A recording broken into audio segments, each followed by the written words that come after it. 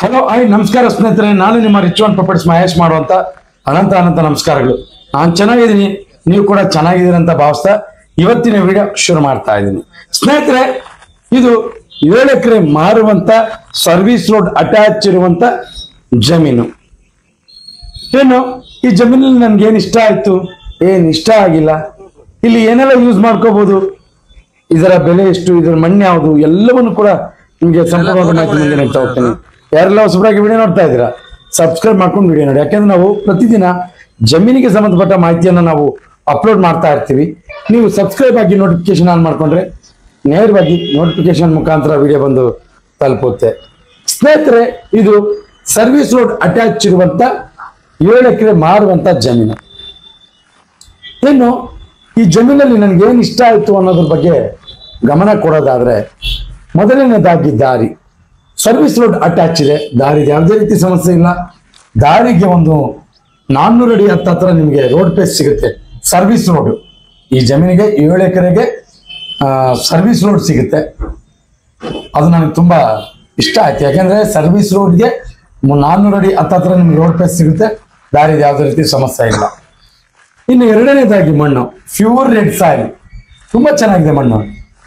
ಮಣ್ಣು ಚೆನ್ನಾಗಿರೋದಕ್ಕೆ ಅಕ್ಕಪಕ್ಕದಲ್ಲಿ ಇಲ್ಲೆಲ್ಲ ಅಗ್ರಿಕಲ್ಚರ್ ಲ್ಯಾಂಡ್ಸ್ ಇದಾವೆ, ಯಾವುದೇ ರೀತಿ ತೊಂದರೆ ಇಲ್ಲ. ನೀವು ಕೂಡ ಇಲ್ಲಿ ಅಗ್ರಿಕಲ್ಚರ್ ಲ್ಯಾಂಡ್ ಪರಿವರ್ತನೆ ಮಾಡಿಕೊಂಡು ನೀವು ರೆಡಿ ಮಾಡ್ಕೋಬಹುದು. ತುಂಬಾ ಚೆನ್ನಾಗಿದೆ ಏರಿಯಾ.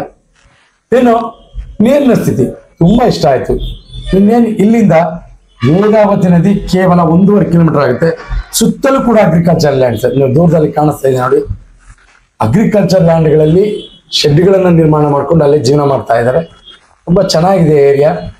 ನೀರಿನ ಸ್ಥಿತಿ ಅಂತೂ ತುಂಬಾ ಚೆನ್ನಾಗಿದೆ. ನೀವು ಕೂಡ ಸ್ಥಳಕ್ಕೆ ಭೇಟಿ ಕೊಟ್ಟಾಗ ಅಕ್ಕಪಕ್ಕದಲ್ಲಿ ವಿಚಾರಿಸಿ. ಇಲ್ಲಿ ಸದ್ಯಕ್ಕಂತೂ ನನ್ನ ಗಮನಕ್ಕೆ ಬಂದಾಗ ಯಾವುದೇ ರೀತಿ ತೊಂದರೆ ಇಲ್ಲ.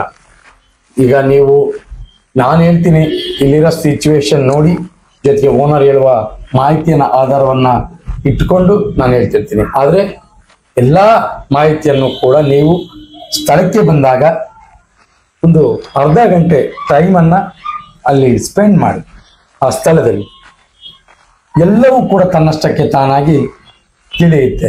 ಇನ್ನು ರೇಟಿನ ವಿಚಾರಕ್ಕೆ ಬಂದಾಗ ನಾನು ಹೇಳ್ತೀನಿ, ಓನರ್ ಹೇಳುವ ಬೆಲೆಯನ್ನ ಹೇಳ್ತೀನಿ. ಜೊತೆಗೆ ನಾನು ಕೂಡ ಕೆಲವೊಂದು ಸಾರಿ ಓನರ್ಗಳನ್ನ ಪ್ರಶ್ನೆ ಮಾಡಿದ್ದೀನಿ, ಈ ಬೆಲೆ ಯಾಕೆ. ಅವರು ಕೊಡುವಂತ ಉತ್ತರಕ್ಕೆ ನಾನು ಸರಿಯಾಗಿ ಉತ್ತರ ಕೊಡೋದಿಲ್ಲ. ಆದ್ರಿಂದ ನೀವೇ ಸ್ಥಳಕ್ಕೆ ಬಂದಾಗ ಅಕ್ಕಪಕ್ಕದಲ್ಲಿ ವಿಚಾರಿಸಿ. ಇನ್ನು ನನ್ಗೆ ಇಷ್ಟ ಆಗದೇ ಇರೋಂತ ಅಂಶದ ಕಡೆ ಗಮನ ಕೊಡೋದಾದ್ರೆ, ವಿಲೇಜ್ ಇಂದ ಸ್ವಲ್ಪ ದೂರ ಆಯ್ತು ಅನ್ನೋದೊಂದು ಬಿಟ್ರೆ ನನ್ಗಿನ್ನು ಮೈನಸ್ ಆದಂತ ಅಂಶಗಳು ಯಾವು ಹುಡುಕಕ್ಕಾಗಲಿಲ್ಲ. ಊರಿಂದ ಸ್ವಲ್ಪ ದೂರ ಆಗುತ್ತೆ. ಯಾಕೆಂದ್ರೆ ಇಲ್ಲೇನಾದ್ರೂ ಅಗ್ರಿಕಲ್ಚರ್ ಲ್ಯಾಂಡ್ ಮಾಡ್ಕೊಂಡು ನೀವು ಇಲ್ಲಿ ಮನೆಯನ್ನ ನಿರ್ಮಾಣ ಮಾಡ್ಕೊಂತೀನಿ ಅಂದ್ರೆ ಸ್ವಲ್ಪ ಸಿಂಗಲ್ ಮನೆಗಳು ಅಲ್ಲಿ ದೂರದಲ್ಲಿ ಮನೆಗಳಿದಾವೆ. ಸ್ವಲ್ಪ ನಿಮ್ಗೆ ಬಿಕೋ ಅನ್ಸ್ಬೋದು. ಅದನ್ನ ಹೊರತುಪಡಿಸಿ ಬೇರೆ ಯಾವ ಅಂಶ ಕೂಡ ಇಲ್ಲಿ ನಿಮ್ಗೆ ಮೈನಸ್ ಆಗಿ ಸಿಗೋದಿಲ್ಲ. ಇನ್ನು ನೀರಿನ ಸ್ಥಿತಿ ಚೆನ್ನಾಗಿದೆ. ಎಲ್ಲದಕ್ಕಿಂತ ಮುಖ್ಯವಾಗಿ ಜನರಲ್ ಪ್ರಾಪರ್ಟಿ, ಯಾವುದೇ ರೀತಿ ಸಮಸ್ಯೆ ಇಲ್ಲ. ನೀವೇನಾದ್ರೂ ಈ ಕಡೆ ಇಂಟ್ರೆಸ್ಟ್ ಇದ್ರೆ 7 ಎಕರೆ ಒಂದು ರೇಟಲ್ಲಿ ಆಗುತ್ತೆ. ನಿಮ್ಗೆ ರೇಟ್ ಕೊನೆಯಲ್ಲಿ ಹೇಳ್ತೀನಿ. ನಿಮ್ಗೆ ಏನಾದ್ರೂ ಇಂಟ್ರೆಸ್ಟ್ ಇದ್ರೆ ಈ ಕಡೆ ಗಮನ ಹರಿಸಿ. ಜೊತೆಗೆ ಎಲ್ಲವೂ ಕೂಡ ಅಗ್ರಿಕಲ್ಚರ್ ಲ್ಯಾಂಡ್ಸ್, ಸುತ್ತಲೂ ಕೂಡ ಒಂದು ಒಳ್ಳೆ ಲೊಕೇಶನ್ ಚೆನ್ನಾಗಿದೆ. ದಾರಿದಂತೂ ಯಾವುದೇ ರೀತಿ ಸಮಸ್ಯೆ ಇಲ್ಲ. ನಾನು 2 ಸಾರಿ ಹೇಳ್ತಾ ಇದ್ದೀನಿ ಮಾತನ್ನ.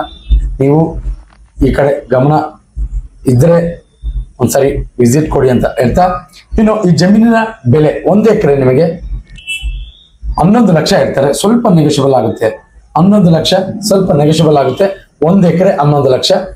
ನಿಮ್ಗೆ ಇಂಟ್ರೆಸ್ಟ್ ಇದ್ರೆ ಈ ಕಡೆ ಗಮನ ಹರಿಸಿ ಅಂತ ಹೇಳ್ತಾ, ಇನ್ನು ಯಾರೆಲ್ಲ ವಿಡಿಯೋ ನೋಡಿದ್ರ ನಿಮ್ಮೆಲ್ಲರಿಗೂ ಕೂಡ ನನ್ನ ಹೃದಯಪೂರ್ವಕವಾಗಿ ಧನ್ಯವಾದಗಳನ್ನು ತಿಳಿಸ್ತಾ, ಇದು ಇವತ್ತಿನ ವಿಡಿಯೋ.